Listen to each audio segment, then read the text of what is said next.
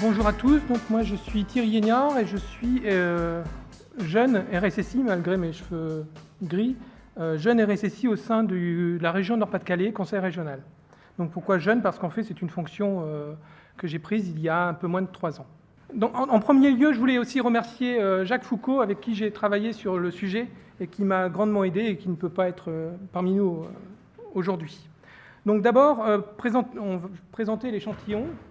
Alors avant de vous dire lister ce qui est écrit, il faut savoir que la cible des collectivités territoriales, c'est à peu près, donc la cible de l'enquête, c'est à peu près 1540 collectivités territoriales, dans lesquelles on va retrouver les communes de plus de 30 000 habitants, les conseils régionaux, donc les communes, il y en a à peu près 250, les conseils régionaux, ils sont 96, les conseils généraux, ils sont 96, régionaux, ils sont 22, et les intercommunalités de plus de 10 000 habitants. Donc, qu'est-ce que c'est qu'une intercommunalité? C'est ce qu'on appelle les comités de communes, comités d'agglo, comités urbaines, métropole si on veut. Comité urbaine, il y en a une quinzaine en France, comité d'agglo, il y en a à peu près 200, et donc le reste, l'ensemble des intercos, ça fait 1200. Il faut savoir que ces EPCI, ces établissements publics de coopération intercommunale, sont relativement récents. Ils ont été créés par la loi en 92-99, mais il y a une évolution de la loi avec la réforme de l'État, dont on a parlé, et la réforme des collectivités territoriales qui, sur la période 2008-2014, a pour objectif de faire des regroupements de communes. Et donc là, depuis 2010, on a une augmentation du nombre de collectivités territoriales qui ont plus de 10 000 habitants dans leur surface. Ça se remarque, comme on a dit tout à l'heure, l'étude collectivité territoriale a été faite il y a 4 ans. Donc en 4 ans, le volume, la cible a beaucoup évolué parce qu'on a à peu près plus 700 collectivités qui viennent dans notre cible. Et on verra que ces collectivités-là sont celles qui, point de vue sécurité des systèmes d'information, ne sont pas forcément en avance. Donc les chiffres, il faudra les lire avec cette option-là. Oui. Décidément. Voilà. Donc, sur les 1540 cibles, 800 ont été interrogées, 205 ont répondu. Parmi ces 205, il y a 60 mairies, 83 communautés de communes, 34 comités urbains et d'agglomération, 21 conseils généraux et 7 conseils régionaux. Donc tout ça aussi, ça a été redressé pour représenter la France d'aujourd'hui et, comme je vous disais, un nombre de comités de communes qui a augmenté considérablement, donc il faut analyser ça dans les chiffres. Donc, comme pour les entreprises, les interlocuteurs qui étaient recherchés, c'était d'abord les RSSI. Les RSSI ont pu être adressés dans 16% des cas. Donc c'est relativement peu, mais c'est quand même 4 fois plus qu'il y a 4 ans. Donc il y a une augmentation du nombre de RSSI. Là où on a trouvé le plus de RSSI prêts à nous répondre, ce sont dans les conseils généraux et les conseils régionaux, où à peu près les cibles, c'était 50% de personnes qui nous ont répondu étaient des RSSI. Et aussi, au niveau, comme pour les entreprises, quand le RSSI ne pouvait pas être adressé, c'est principalement un responsable informatique qui a répondu au questionnaire. Et, il faut le noter, une fonction administrative ou un DGS, un directeur général des services, le chef de la collectivité en dehors du président, dans 14% des cas. Et ces 14% des cas, on les trouve d'abord aussi dans les collectivités, communautés de communes, parce qu'ils n'ont pas forcément de l'informatique. Alors, dépendance à l'informatique. Les chiffres n'ont pas évolué en 4 ans. Ce sont exactement les mêmes qu'il y a 4 ans. C'est-à-dire que les collectivités ressentent leur dépendance à l'informatique à 68% des cas étant forte. C'était quand même à comparer aux 81% des entreprises. Donc, voilà. Alors, ce qui peut paraître étonnant quand même, parce que les collectivités territoriales, depuis maintenant 4 ans, doivent faire face à pas mal d'usages de l'informatique pour fonctionner. La dématérialisation du Code des marchés publics, je rappelle que depuis cette année ou début d'année dernière, tout marché informatique de plus de 90 000 € doit forcément être dématérialisé. Le PESV2, donc c'est le protocole d'échange standard, c'est l'échange des données financières entre la collectivité et le payeur. Parce que celui qui paye, c'est l'État. Il contrôle, voilà, donc c'est le percepteur pour les communes, et nous, on a un payeur régional, par exemple, à la région.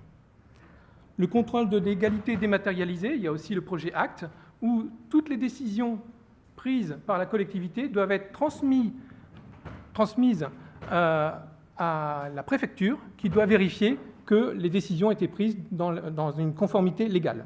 Donc là aussi, ce n'est pas encore une obligation, mais il y a une demande forte des préfectures pour recevoir tout ça sous un flux dématérialisé, c'est le projet ACT. Il y a aussi les téléservices aux citoyens.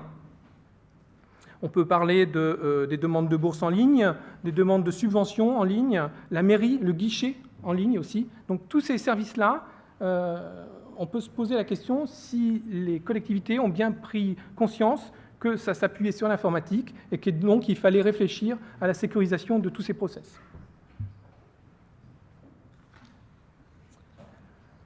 Alors quand même une bonne nouvelle, c'est l'évolution des budgets. Les budgets sécurité qui augmentent plus vite que dans les entreprises.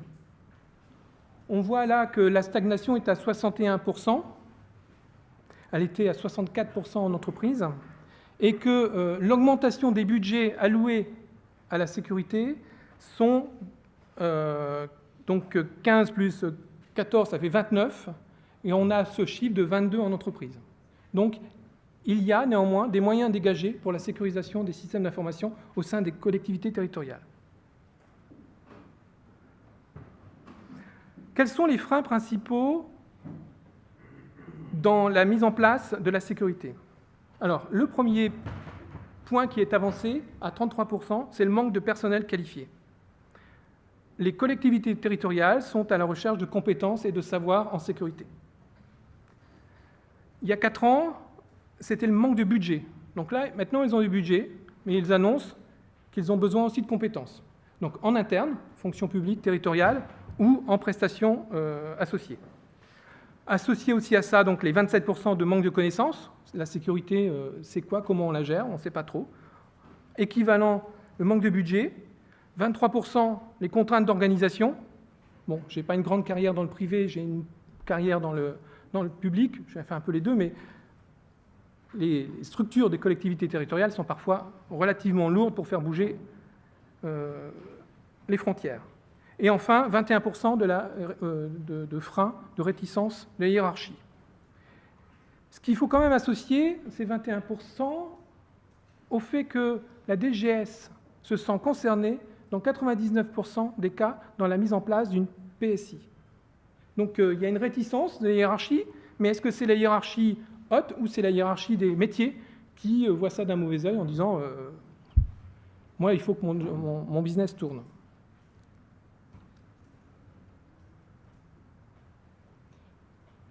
Sur la formalisation des politiques de sécurité, il y a encore du chemin à parcourir.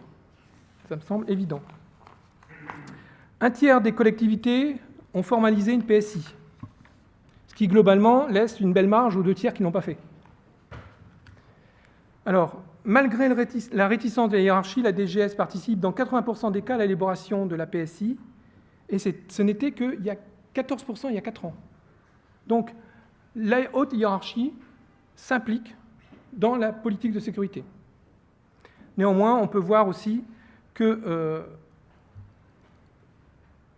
c'est quand même une affaire d'informaticiens. On a encore 57% de DSI et 23% d'équipes de production qui travaillent fortement sur la PSI. Bon, c'est en baisse, hein, mais c'est quand même une histoire de PSI. Et il est aussi important de voir que les élus et les directions métiers ont tendance à s'impliquer de plus en plus dans cette PSI. À titre d'exemple, on a 8% d'élus en 2008, on en a 22 à présent. Donc il y a quand même des élus dédiés informatiques qui s'occupent de cette problématique-là. Pareil pour les métiers qui passent de 3 à 12%.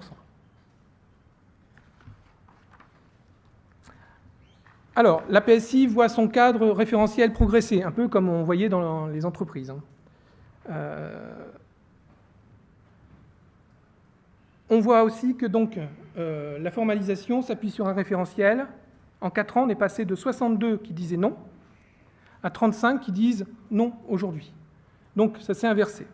Et on met en avant fortement l'ISO 27000, même s'il manque un zéro, je pense, et l'apparition aussi, comme pour les entreprises, du référentiel interne. On voit que le guide PSSI et BIOS fait une progression remarquée de 3 à 13%.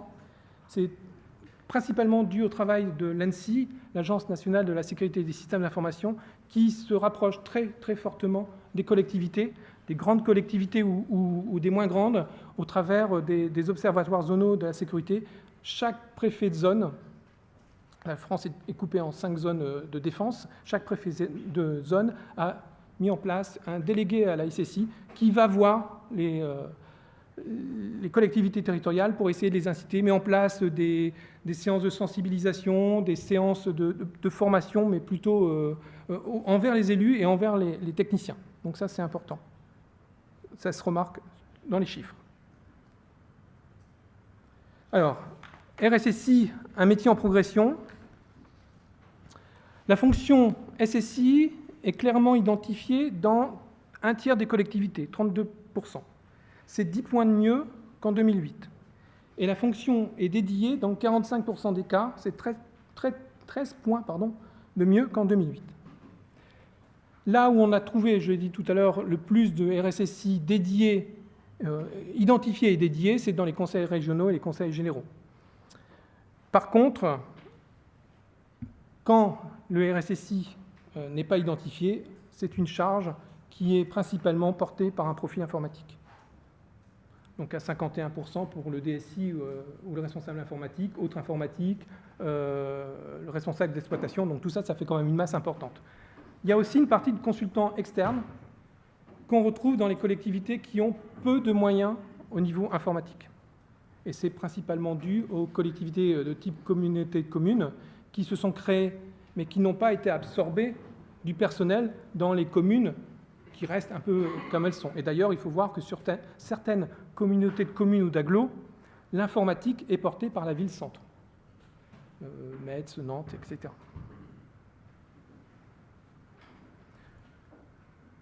Il y a quand même un point important, c'est qu'il y a 24% des gens qui ont été interrogés qui ne savaient pas par qui était pris en charge la fonction sécurité.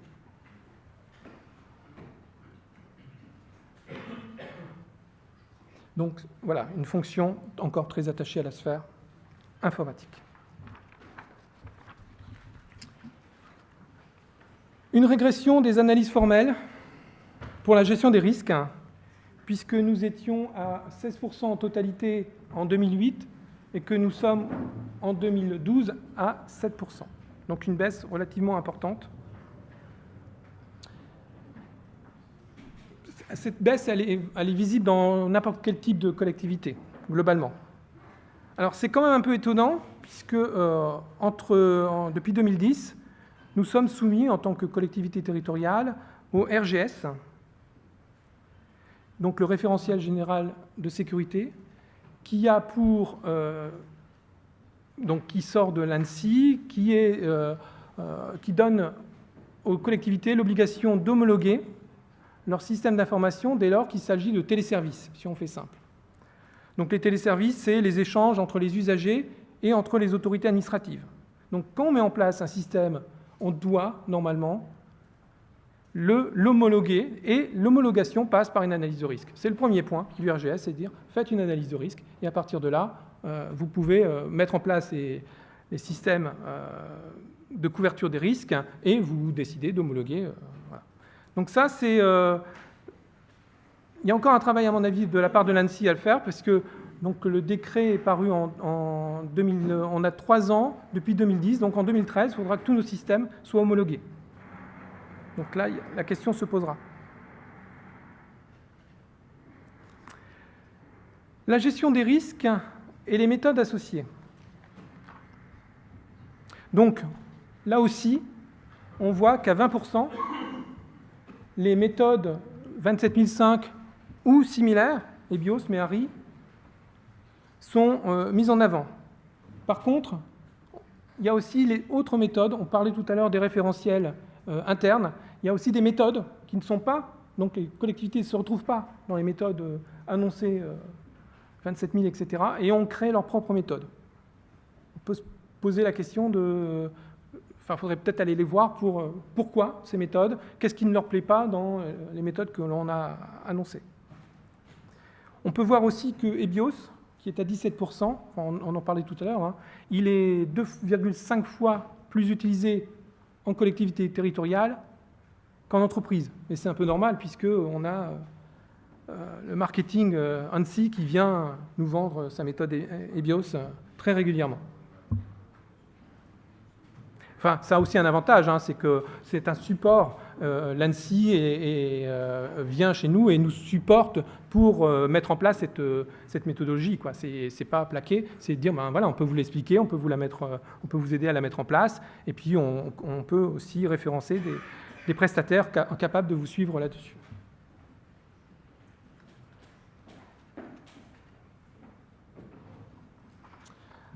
Les chartes d'usage.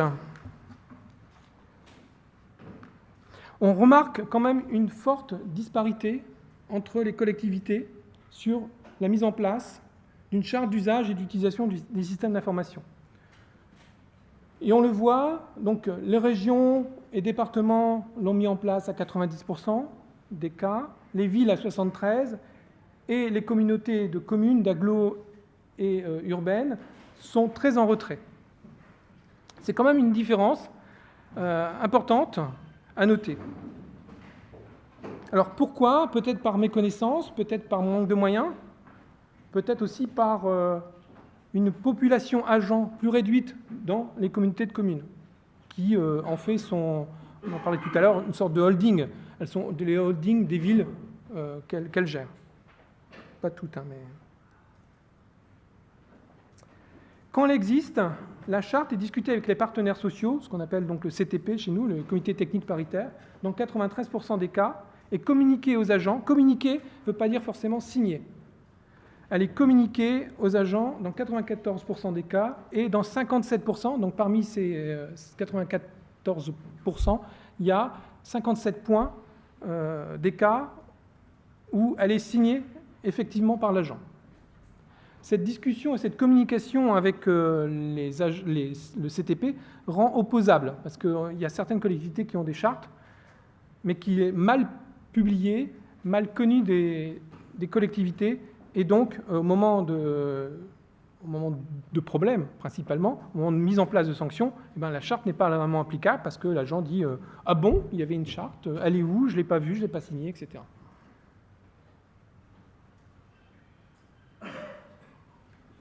Alors, moins de sensibilisation, on voit une baisse des programmes de sensibilisation. Donc, on passe de 23% en 2008 à 17%. Néanmoins, quand il y a sensibilisation, elle est mieux évaluée. C'est-à-dire que quand on fait moins de sensibilisation, mais on mesure un peu mieux le résultat de cette sensibilisation. Enfin, quand je dis qu'on mesure un peu mieux, on mesure la satisfaction de l'agent qui a été sensibilisé, et on le mesure aussi par le fait qu'il y a une augmentation des déclarations informatique et liberté et des déclarations d'incidents. Après sensibilisation, il y a plutôt, et personnellement ça je l'ai vécu pleinement, on fait des sensibilisations et puis on a beaucoup plus d'appels. On a beaucoup plus de gens qui disent « Ah ben, tout compte fait, j'ai un traitement à mettre en place, comment fait-on pour faire une déclaration informatique et liberté ?» Donc moi je suis pas SIL, on a un SIL qui est du côté juridique, mais on travaille très fortement ensemble, donc je les redirige vers le SIL, le correspondant informatique et liberté. Et il y a aussi beaucoup de demandes et d'améliorations dans les usages professionnels, mais aussi privés. Les utilisateurs qui reviennent vers les RSSI après sensibilisation en disant ben voilà, à la maison, comment je dois gérer, est-ce que c'est bien de laisser les gamins jouer sur ceci, cela. Bon, on n'a pas toutes les réponses, mais ça intéresse les gens et cette sensibilisation fait boule de neige.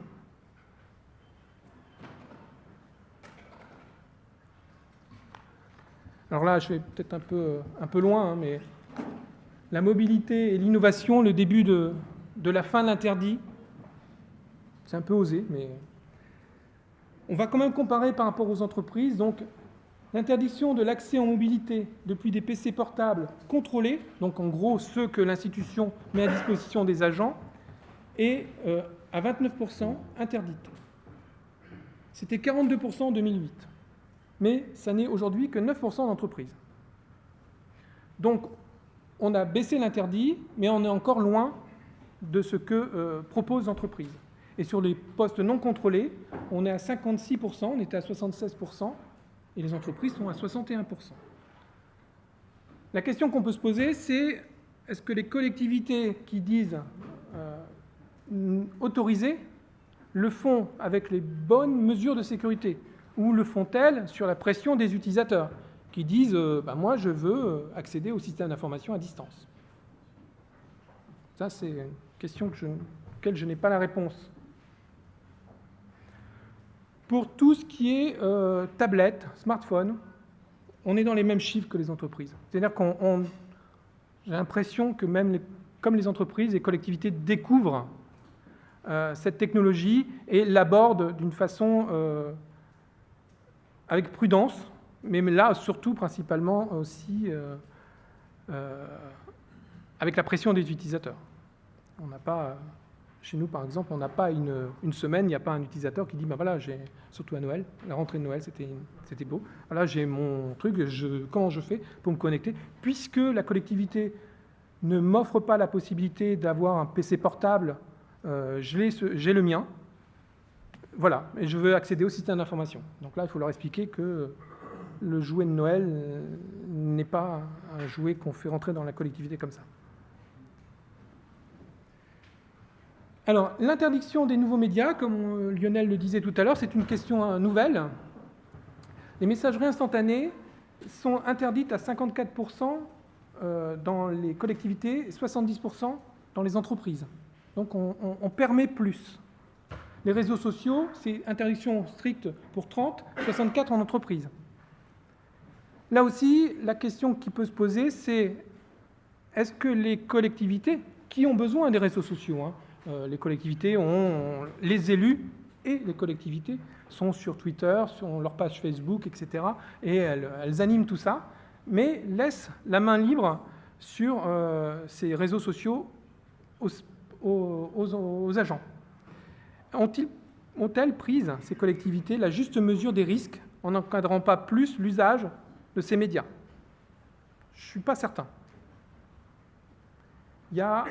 On peut avoir aussi, collectivité territoriale, donc service public, avec des données publiques, mais il y a quand même des process qui sont de décision, qui sont, avant d'être publics, sont un peu dans un cercle privé. Et on peut, pas directement chez nous, mais j'ai des collègues RSSI qui m'ont remonté ce genre de questions, en disant, j'ai un agent qui est sur tel réseau social, dans son profil, ça m'embête un peu de tout ce qu'il peut le dire. Voilà. Ça, il faut le remonter à nous, RSSI des collectivités, à le remonter au management sur des cas concrets.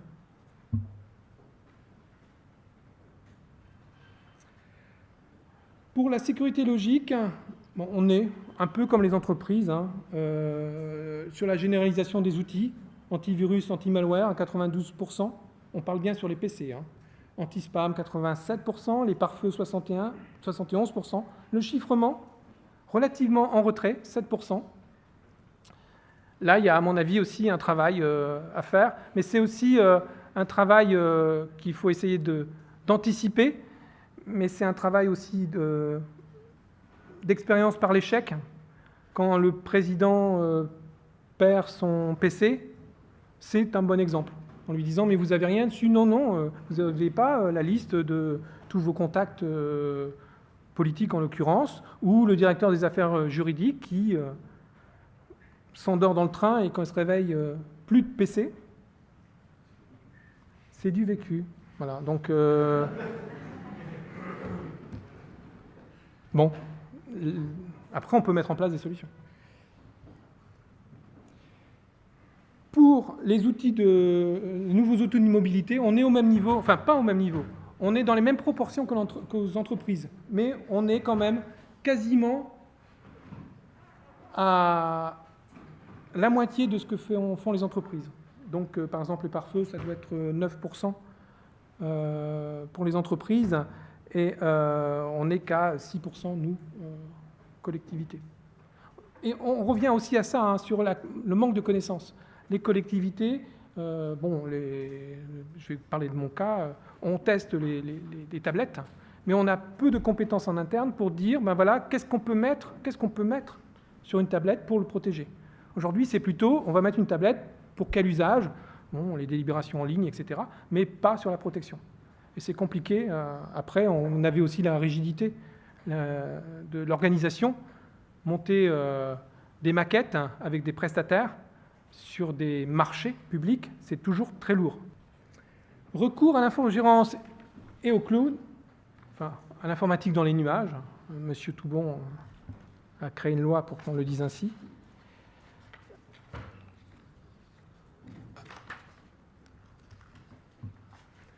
« 19% des collectivités, non, 14% des collectivités ont placé leur système d'information sous contrat d'infogérance.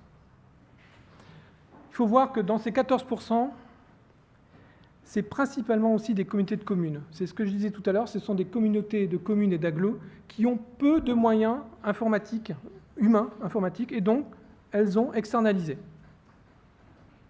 Donc c'est principalement ce qu'il faut voir.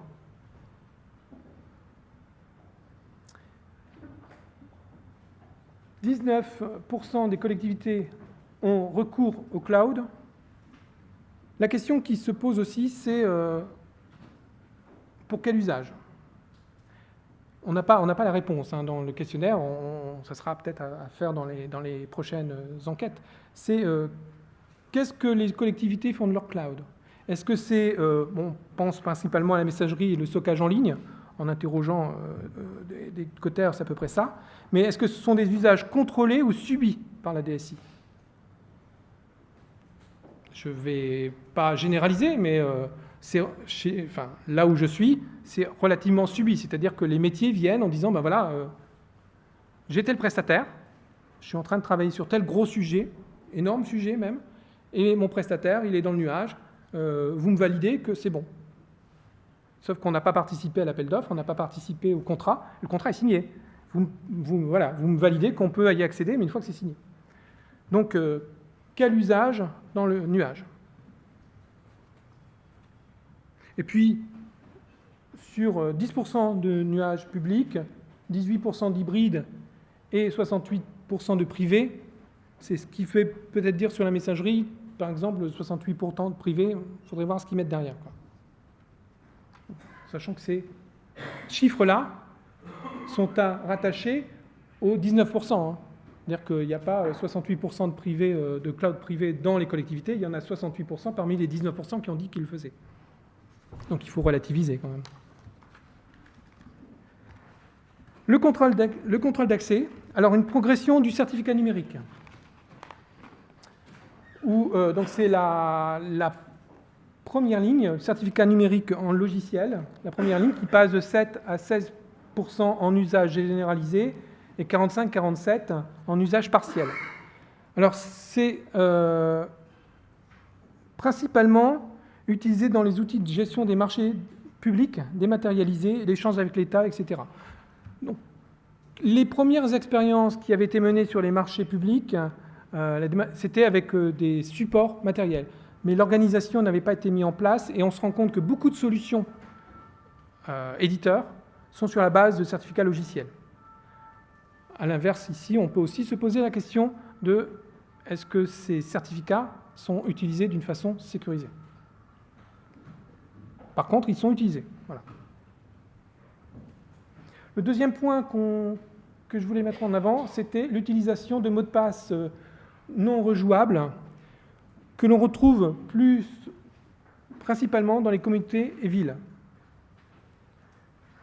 On les retrouve aussi un peu dans les départements, mais plutôt chez ces gens-là. Alors, les villes, pour tout ce qui est accès au système d'information à distance, sur les antennes un peu élargies, et les communautés de communes, principalement, comme je disais tout à l'heure, comme ils ont externalisé, et les solutions externalisées sont venues avec ces solutions d'identification par calculette, en gros.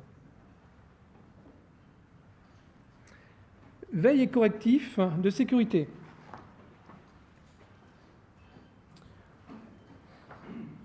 Bon, ça a un peu baissé, ça a un peu augmenté, pardon, de 20 à 24%.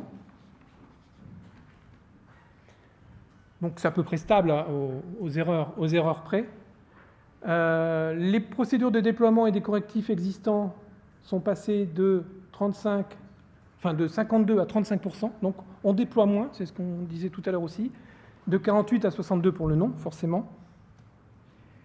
Et ça, là aussi, comme dans les entreprises, ça allonge le délai de déploiement des correctifs. Donc là, on était en moyenne, on avait 26% pour déployer en 1 heure. Là, maintenant, on est 60% à une journée, on était beaucoup plus préalablement.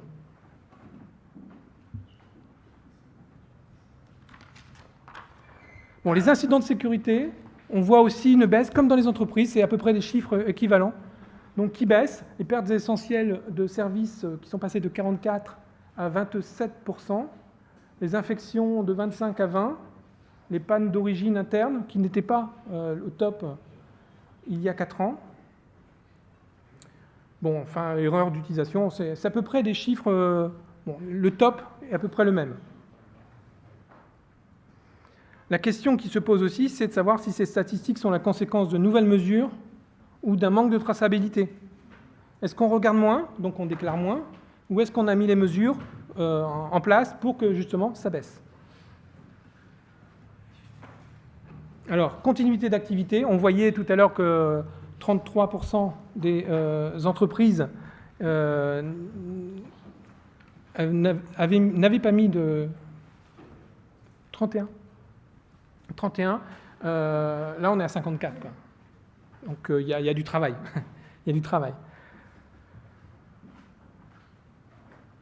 Avec, pareil pour tous les chiffres. Hein. C'est la même typologie que les entreprises, mais avec des chiffres inférieurs. Donc, indisponibilité des systèmes informatiques, on est à 42, on était à 59. Les locaux, on est à 26, on est à 45. L'ARH, 25, 38. Et les fournisseurs, on sommes à 13 et les entreprises étaient à 25. Donc on est quand même en retard. Et un point important quand même, c'est quand un PCA, PRA, peu importe, un plan de secours est établi, il n'est jamais testé dans 56% des cas. Donc peu le font et encore moins le testent. Donc c'est un dossier papier. Enfin, voilà, c'est quand même un point important. D'autant plus qu'on a vu tout à l'heure les nouveaux enjeux pour les collectivités qui sont les services en ligne. Et donc là, le service en ligne, c'est le citoyen, la mairie virtuelle, il y va le dimanche. Hein. Informatique et liberté. Alors on voit une baisse des chiffres. Êtes-vous conforme avec les obligations de la CNIL ? On était à 69% et à 53% aujourd'hui, avec les mêmes remarques que pour les entreprises. Hein. C'est quoi être partiellement sur les traitements les plus sensibles? Comment on mesure la sensibilité? C'est celui qui vient vous voir ou voilà. Néanmoins, la question c'est pourquoi cette baisse? Est-ce que c'est une vraie baisse ou est-ce que c'est une prise de conscience des enjeux? L'ANSSI, alors il y a un club des CIL, des collectivités territoriales, qui travaillent beaucoup là-dessus, qui sensibilisent beaucoup. Dans les formations, il y a aussi beaucoup de sensibilisation. Donc on pensait être conforme et on se rend compte qu'on ne l'est pas, sachant que les préconisations informatique et liberté évoluent aussi dans le temps. La mise en place de CIL augmente légèrement, Mais en fait, ça cache quelque chose, ça cache aussi les chiffres des communautés de communes qui, elles, sont très en retrait. Comme elles sont nombreuses, elles écrasent un peu les chiffres, mais on peut voir que dans les collectivités qui ont une maturité sécurité, ce nombre de correspondants informatique et liberté est beaucoup plus important. On a, par exemple, dans les conseils généraux et conseils régionaux, 44% de CIL nommés. Donc le RGS et les audits. Le niveau de conformité au RGS est de l'ordre de 9%. Ce n'est pas énorme, c'est même très peu, sachant que le décret dit qu'en 2013, tous nos systèmes de téléservices aux usagers devront être homologués. Donc il y a un travail à faire dans les 6 mois à venir. Et bon, il y a quand même 28% qui sont en partie. Donc il y a un travail, il y a un travail en cours. Audit ou contrôle de sécurité, 56% ne font aucun audit et 40% en font au moins un. Et c'est au même titre que les entreprises, c'est d'abord des caractères techniques, vérification de la conformité technique des outils, tests d'intrusion réseau et vérification de l'organisation pour 53% et les procédures. Pour les tableaux de bord, on n'en parlera pas trop. Ça n'a pas bougé depuis 4 ans, donc c'était les mêmes chiffres, 1 pour 10 ont mis en place des tableaux de bord. Et on n'a pas trop d'informations sur qu'est-ce qu'il y a derrière ce tableau de bord. De toute façon, le chiffre de 1 sur 10 est relativement faible, donc c'est un peu compliqué. En conclusion, des pratiques, c'est ce que j'ai dit tout au long de cette présentation, des pratiques inégales en fonction du type de collectivité. On a vu les jeunes collectivités, communautés de communes qui ont encore à apporter de la maturité dans leur sécurité, mais pas de grande distorsion par rapport aux entreprises. On a un modèle parallèle, un peu plus faible, mais parallèle aux entreprises, avec donc globalement une sécurité inférieure et un engagement de la hiérarchie poussé par la réglementation. Informatique et liberté, RGS. Ça, ce sont des relais forts pour les RSSI ou les informaticiens pour aller vendre de la sécurité auprès du management. Bon, les grands chantiers, l'organisation et les moyens. On a vu qu'il y avait un moyen. Voilà. Donc, les collectivités, il y a le métier de RSSI a un avenir dans les collectivités territoriales et la fonction publique doit travailler sur ce nouveau métier à intégrer.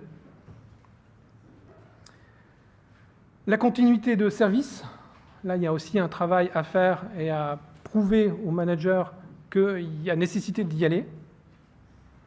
La conformité, RGS, CNIL, et la sensibilisation. On voit que la sensibilisation, même si elle est en baisse, est quand même un relais fort pour faire passer aux agents qui peuvent le faire remonter aux managers des bons principes de sécurité.